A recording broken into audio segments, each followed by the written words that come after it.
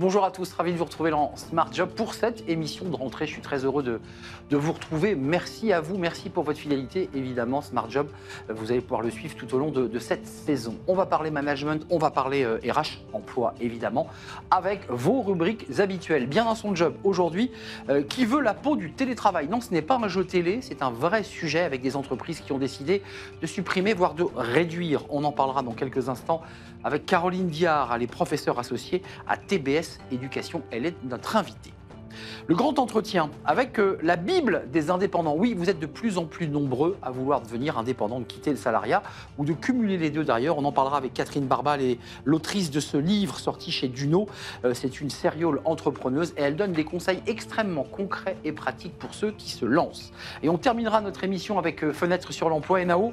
La fête est finie. Bah oui, les négociations NAO sont pas terribles. Il y a eu même beaucoup de tensions pendant ces négos. On en parlera avec Sophie Deher, elle est consultante senior en quête de rémunération chez Mercer France. Voilà le programme. Tout de suite, c'est bien dans son job.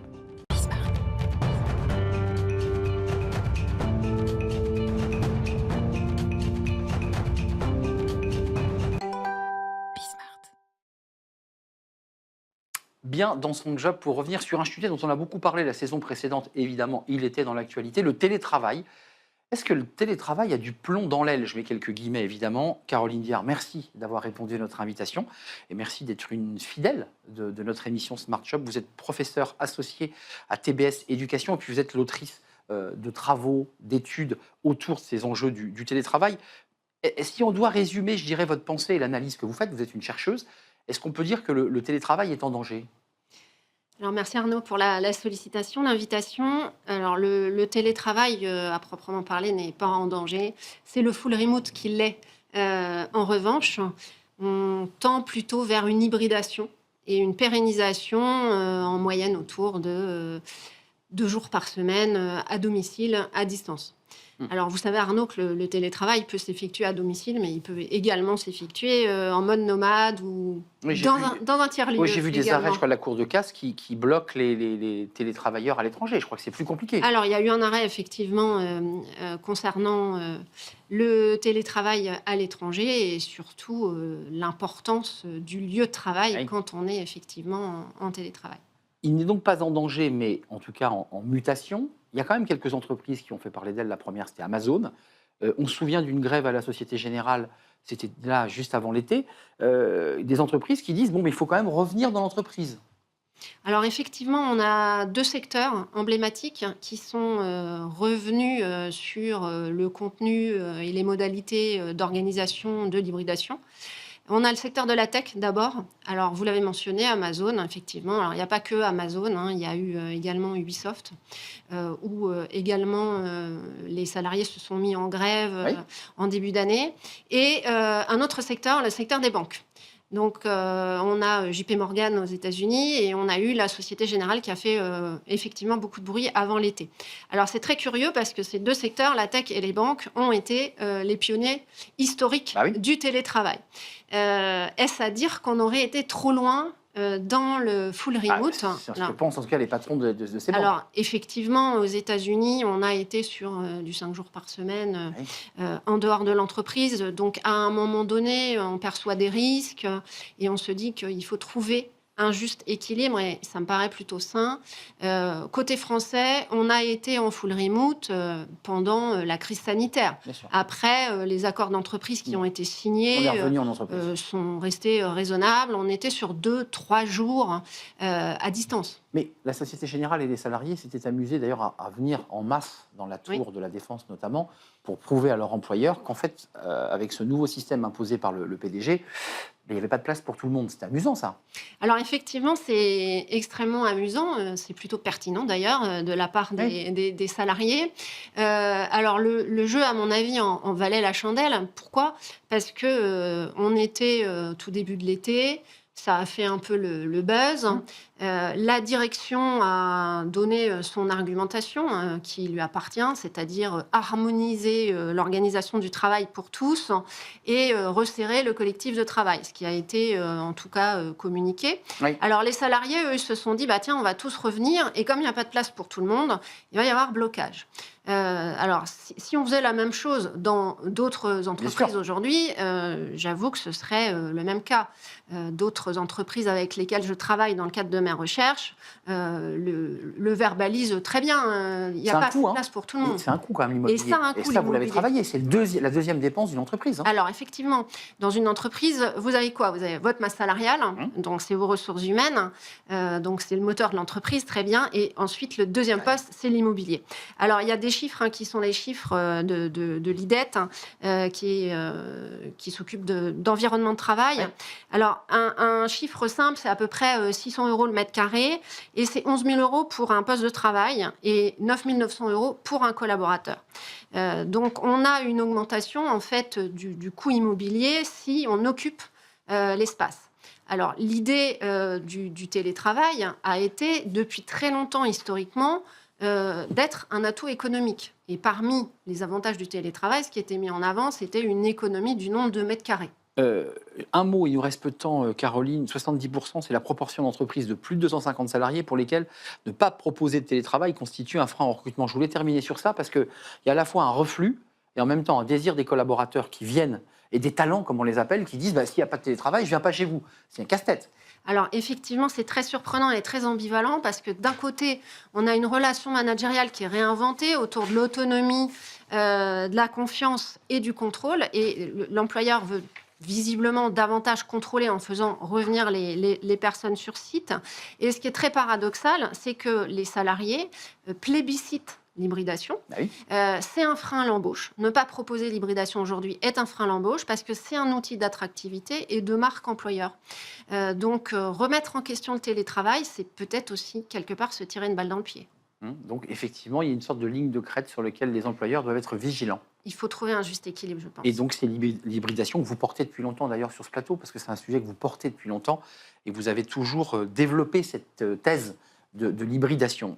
Télétravail, la promesse brisée, c'est le retour au bureau sous tension. Ça, c'est une des tribunes que vous avez signées avec le professeur Olivier Meyer, nous sommes d'accord. Oui, tout à fait. Et puis, vous aviez aussi d'autres travaux pour Village de la Justice. Oui. Village de la Justice, c'est ça que je voulais mettre en avant. Et d'autres travaux, effectivement, dans des revues académiques sur l'expérience collaborateur et l'engagement des télétravailleurs. Merci Caroline de nous avoir rendu visite pour cette première émission de rentrée. Je sais qu'on va se revoir. C'est encore beau dehors, mais on va peut-être traverser les 4 saisons ensemble jusqu'à la fin de la saison prochaine. Merci Caroline, professeure associée à TBS Éducation. On tourne une page, on part à la rencontre d'une sérieuse entrepreneuse qui a décidé de se mettre au service, au chevet des indépendants. Oui, vous qui créez votre boîte, vous vous posez des milliers de questions. On va y répondre avec elle dans quelques instants. C'est le grand entretien et c'est le débat de Smart Job.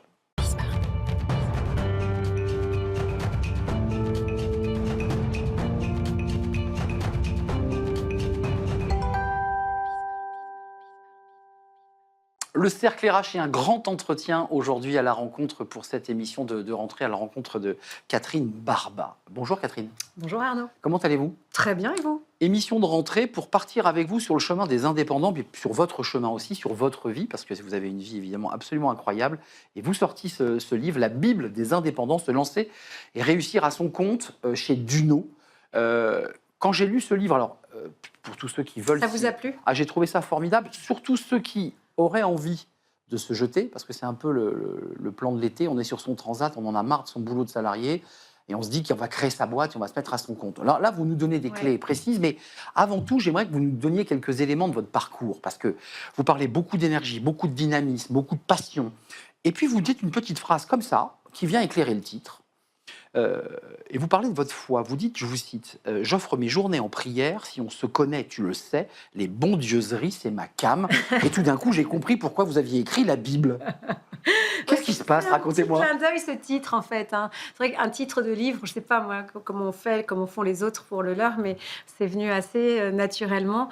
Moi, j'aime bien, et c'est un peu étonnant, mais dans mon boulot, quand on a quelque chose qui compte dans nos vies, on aime bien, on l'emporte avec soi partout. Moi, c'est ma foi, elle m'accompagne un peu partout. Et du coup, de temps en temps, discrètement, parce que je fais pas de prosélytisme, mais il y a des choses qui ressortent du big boss là-haut. Et moi, ça m'accompagne, ça me donne de l'énergie, ça me donne de la joie. Génial. Et ça fait partie de ma vie. Donc, la Bible des indépendants, c'est un petit clin d'œil, quoi. Oui, c'est un excellent clin d'œil, je trouve. Et quand même, un livre, il y a le titre, il y a ce que vous voulez laisser de vous, il y a votre parcours. On vous présente comme une serial entrepreneuse, comme une femme qui a investi. Oui. Dès lors qu'elle a bien réussi, elle a réinvesti ensuite. Puis là, j'ai l'impression que vous êtes dans une troisième étape de votre vie. C'est quoi la troisième étape, là? Vous êtes dans quoi, là, en ce moment? C'est la suite logique de tout ce que j'ai fait depuis 25 ans, en fait. Je suis indécrotablement entrepreneur, moi, comme vous. Je suis quelqu'un qui se réalise dans l'action. J'ai effectivement commencé dans la tech au tout début, à l'époque des dinosaures. Et j'ai créé une première entreprise que j'ai revendue, puis une deuxième que j'ai revendue, une troisième aux États-Unis. 2020, États-Unis, c'est ça? Ouais, 2015-2020. Et puis, depuis mon retour, quand je suis rentrée en France, période post-Covid ou fin de Covid, j'ai vu, comme tout le monde, que le travail se transformait. On ne travaille plus autrement. Vous parlez de la révolution du travail. Ouais. J'ai bien noté, vous parlez de la révolution. Ouais, Pour vous, c'est une révolution. Le sens que l'on donne au travail, la place que le travail occupe dans nos vies. Enfin, vous voyez bien, si vous fréquentez des plus jeunes générations, ils ne voient pas du tout le boulot comme nous. Et puis, il y a cette idée d'appétence pour avoir plus de sens, plus d'autonomie, plus d'équilibre. Et donc, se mettre à son compte, ça fait quand même partie des grandes options d'aujourd'hui. Il y a près de 10 millions de personnes qui travaillent, entre ceux qui font ça full-time, les slashers, comme on dit, qui ont un pied dans l'entrepreneuriat et un pied dans le salariat. Ça fait 10 millions, donc c'est beaucoup et ça continue à croître. Donc je me suis dit, c'est pas mal de mettre au service de tous ces entrepreneurs en herbe ou ces entrepreneurs à petite échelle, tout ce que moi j'ai appris pendant 25 ans de l'entrepreneuriat et de mon statut d'investisseuse. Il y a ce livre, et puis est-ce que vous faites dans Envie, on en parlera. Et puis il y a la deuxième partie du livre où vous dites, bon, la passion, le courage, l'engagement, tout ça, c'est super. Mais ça nourrit pas. Mais ça nourrit pas. Et donc, tout d'un coup, on se prend un peu la douche froide, on se dit, bon, je suis passionné, mais si je connais pas ma cible, si j'ai pas un plan de trésor, si je sais pas gérer mon budget, si je suis pas un gestionnaire... Puis si je vais pas chercher les clients avec les dents. Alors ça, on va en parler dans quelques instants parce que j'ai trouvé ça absolument incroyable. Rentrons dessus tout de suite. Commençons par la fin. Vous rassurez les indépendants parce que les indépendants sont toujours un peu frileux. Ils sont polis. Ils envoient un SMS ou un mail et puis ensuite ils disent c'est bizarre, j'ai pas de retour. Ouais. Vous vous dites non, il faut relancer. En fait, il n'y a pas que les indépendants qui sont frileux. Je pense que toute personne qui développe son activité, indépendant, entrepreneur au plus grand, ou bien même dans son entreprise, tout le monde a besoin d'avoir un esprit de conquête. On a toujours l'impression qu'aller chercher des clients, surtout en France, c'est pas très noble, c'est moche, c'est vrai. Et puis on dérange. Et je pense que c'est aussi une chose très importante qui est partagée dans ce livre, c'est l'esprit de conquête, d'audace, qui est un peu aussi le mindset des entrepreneurs, qui est partagé avec tous. C'est le mien, donc j'en parle très librement et je me sens bien légitime pour en parler. Et je crois que c'est pas simplement utile aux indépendants, je crois que cet esprit-là, il est très utile aux salariés aussi. Ouais. D'ailleurs, vous le dites au début du livre, on peut être indépendant tout en étant salarié. On ne parle pas que de ceux qui ont créé leur boîte seuls. C'est pour tout le monde, je pense. C'est pour tout le monde. Ça ne devrait pas s'appeler comme ça, peut-être. C'est la Bible, mais de quoi? Des audacieux. Des audacieux. Ouais. Je voudrais la lire, cette phrase, peut-être pour démythifier la peur de ceux qui nous regardent et qui sont dans leur boîte, la tête dans le guidon pour cette rentrée, qui cherchent des clients, qui ont un peu peur. Vous dites, l'erreur à éviter quand tu prospectes, ne pas relancer, je considère que la relance est une politesse. Ouais. Waouh! C'est pas vrai, ça? Mais c'est génial. Ouais. Mais ça permet aussi de faire tomber des murs et des appréhensions. Vous dites aussi dans ce livre, quand même, que si on ne connaît pas sa cible, on se trompe. Vous dites qu'il faut être incollable sur sa cible, sur ce qu'on vise, sinon on passe à côté. C'est un peu l'erreur que font beaucoup d'indépendants. Ils veulent créer leur boîte, peut-être pour des mauvaises raisons. Non?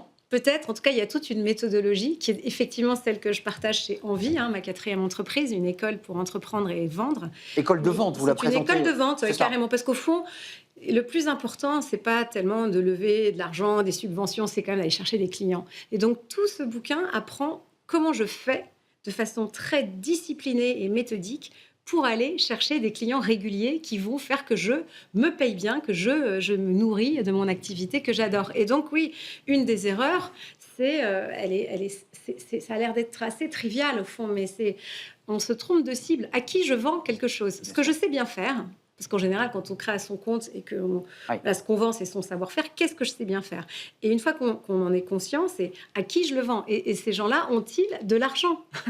Souvent, on s'adresse à des particuliers où les arbitrages budgétaires sont quand même très, très forts. Et après, donc, est-ce qu'il ne faudrait pas mieux on le fait beaucoup chez Envie, ça. Aller voir des entreprises qui ont peut-être plus d'argent, mais elles sont très sollicitées. Donc, comment est-ce que je sors du lot? Et là, c'est au-delà de la cible, c'est est-ce que mon offre est distinctive? Enfin, Et là, c'est toute la méthode d'Envie que je déroule dans ce bouquin avec des exercices. Alors, ça, évidemment, des c'est pas questionnaires aussi, hein, questionnaires, Ouais, exercices. il y a des exercices. J'aime bien, je suis un peu maîtresse d'école, moi. Ouais, non, mais ça permet aussi de structurer, de savoir où on est. On pose un diagnostic, et puis ensuite, il y a effectivement Ouais. des éléments plus didactiques. Vous venez de la tech, vous l'avez dit. Il y a aussi tout l'enjeu du marketing, du digital. Et là aussi, vous faites Ouais, bien sûr. vous mettez des petits coups de pied comme ça. Tout le monde, on fait des likes, on envoie des LinkedIn, mais vous dites, il ne faut pas en faire n'importe comment. Non, Il y a une non. stratégie derrière ça. Oui, mais la communication, c'est en vue de quoi, en réalité? Et c'est la communication digitale que je connais aussi Bah oui. un peu. C'est comment est-ce que je trouve ma place pour faire du digital, que ce soit les réseaux sociaux, mon site, une newsletter, une caisse de résonance, ce que je fais pour, in fine, aller chercher des clients. C'est assez simple, en fait, quand on a un plan, puis quand on est accompagné, hein, c'est difficile de le faire tout seul. Et donc, oui, le digital, l'IA, ça fait profondément, intrinsèquement partie, je crois, du boulot d'entrepreneur aujourd'hui, d'indépendant. Ouais.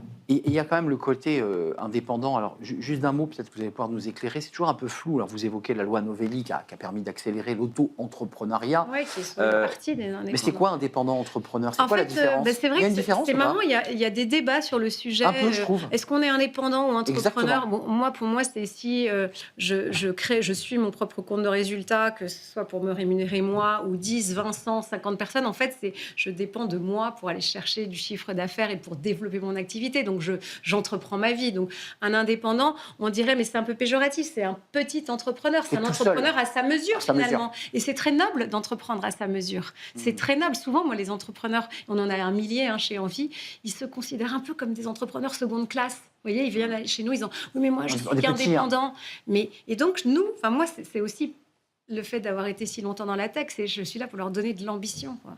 Non seulement c'est noble, mais il faut voir grand. Hein. Mais dans votre manière d'être aussi, dans votre personnalité, on a évoqué la foi qui vous guidait, enfin en tout cas cette énergie qui venait d'en haut, vous l'avez dit. On sent qu'il y a une énorme énergie, que chez vous, ça se tient aussi sur cette espèce d'envie de transmettre. Ouais. Et en plus, la bonne nouvelle, c'est que c'est hyper communicatif, l'énergie. Hein. On fait tous les lundis matins, chez Envie, on fait un truc, d'ailleurs, je vous inviterai, on fait un rendez-vous de 15 minutes qui s'appelle le Barba Boost. Ça dure 15 minutes, de 9h à 9h15. Barba Papa, Barba Boost. Barba Papa, c'est mon père. D'accord. Et Barba Boost...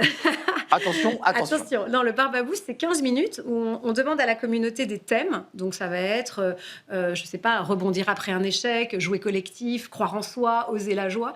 Je prends ce thème. Moi, j'en parle 5 minutes avec mon expérience d'entrepreneur. Je donne des choses très concrètes. Mon associée Charlotte, qui est aussi conférencière en histoire de l'art, elle illustre le propos avec une œuvre d'art. Donc, ça ancre la pensée, ça fait prendre de la hauteur, enfin, on en sort plus intelligent. Et les 5 dernières minutes, on donne un petit défi pour la semaine pour dire, voilà, allez, à vous de jouer. Quoi. Et donc ça, c'est vraiment un partage d'énergie et de mindset entrepreneurial qu'on fait pour les entreprises aussi, d'ailleurs. Et ça fait partie, effectivement, de moi, ce que je suis et que j'essaye de transmettre aussi dans ce bouquin. Chez Duno, se lancer et réussir à son compte, parce que réussir, c'est important. Se lancer, j'ai envie de dire, ça reste relativement rapide quand on pense à la création en soi. Ce qui est difficile, c'est de réussir et de durer. On voit évidemment les durées de vie d'entreprises qui meurent très vite, et vous les aidez finalement à prendre leur envol. Comment vous expliquez, vous qui avez ce recul et ce regard, et qui avez vécu aux États-Unis, que les salariés soient de plus en plus attirés par l'indépendance? Ils sont étouffés par leur manager, leur boîte ne leur correspond plus. Est-ce qu'il y a une crise du salariat, parce qu'on voit le nombre grandissant d'indépendants? C'est vrai, il y a une sorte de désamour du salariat, mais à tort, parce que moi, je travaille avec beaucoup de grandes entreprises et je vois qu'on peut totalement trouver du sens dans le salariat.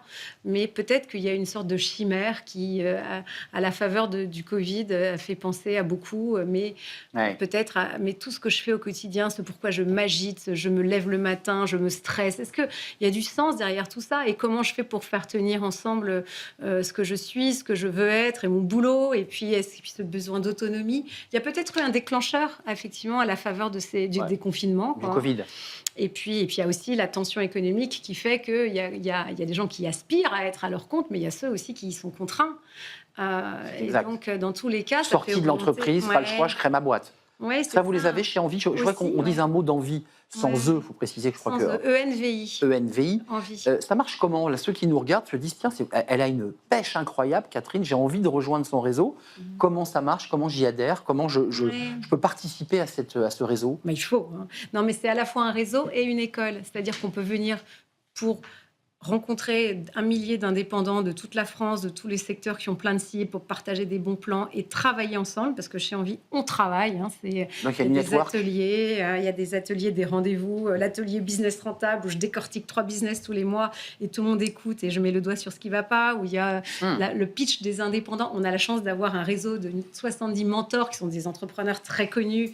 C'est Fred Mazella, c'est Éric Larchevêque, Marc Simoncini, Nathalie Bala, et ils viennent. Pour qui vous avez travaillé? Vous avez été DG de Simoncini, Oui, il me c'était semble. mon boss. Il me semble. Ouais, exactement. Ouais. Et donc, ils viennent, et pour des entrepreneurs qui se considèrent comme tout petits, passer 1 heure avec un entrepreneur de cette envergure, de cette étoffe, pour présenter son business et avoir en feedback, alors ça, je comprends ce que tu dis, ça, je comprends pas, et qui donne des conseils. En fait, ça construit profondément la confiance. Donc, en fait, on a un réseau avec des activités auxquelles on peut participer. Et puis, quand on veut aller plus loin, on se forme à la vente, au business plan, à l'offre, en fait, à ce dont on a besoin. C'est chouette, ça se passe en ligne et ça va faire bientôt 3 ans qu'on fait ça. Bouclons la boucle, on a démarré par la spiritualité, par l'esprit, par l'invisible. Si je vous dis tu es une merveille. Oh là là, c'est chouette, ça, j'en parle dans ce livre. Ça vous a marqué, ça? Ça m'a beaucoup marqué.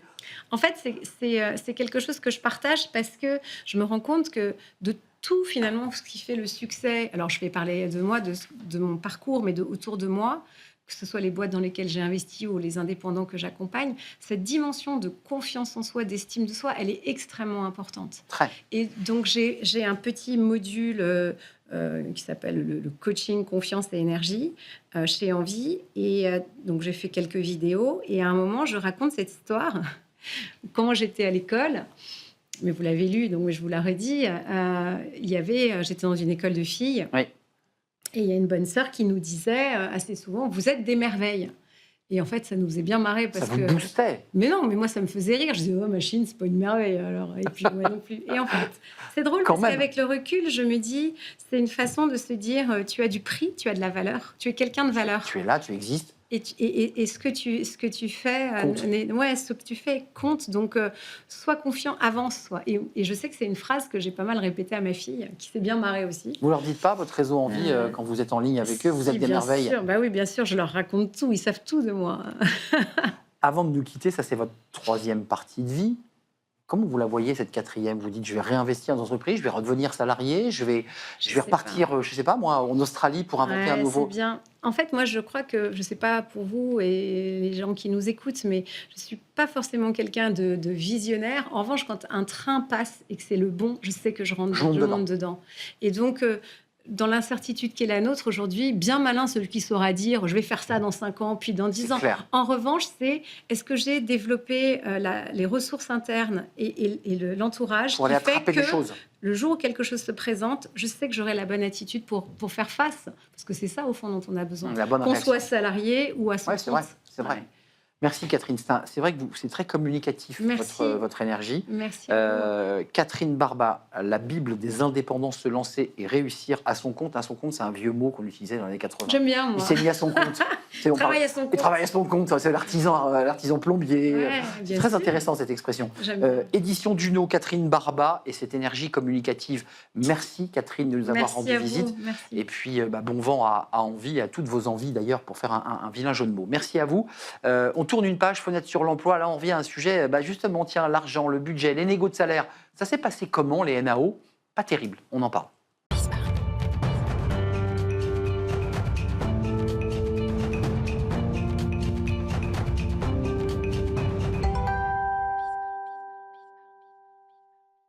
Fenêtre sur l'emploi pour parler des NAO, des négociations salariales.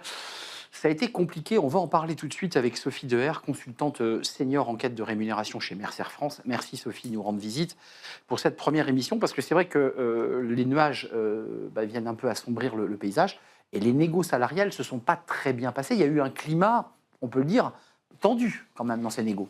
Tout à fait, un climat tendu. On a beaucoup plus de PV de désaccords cette année qu'on en avait l'année dernière.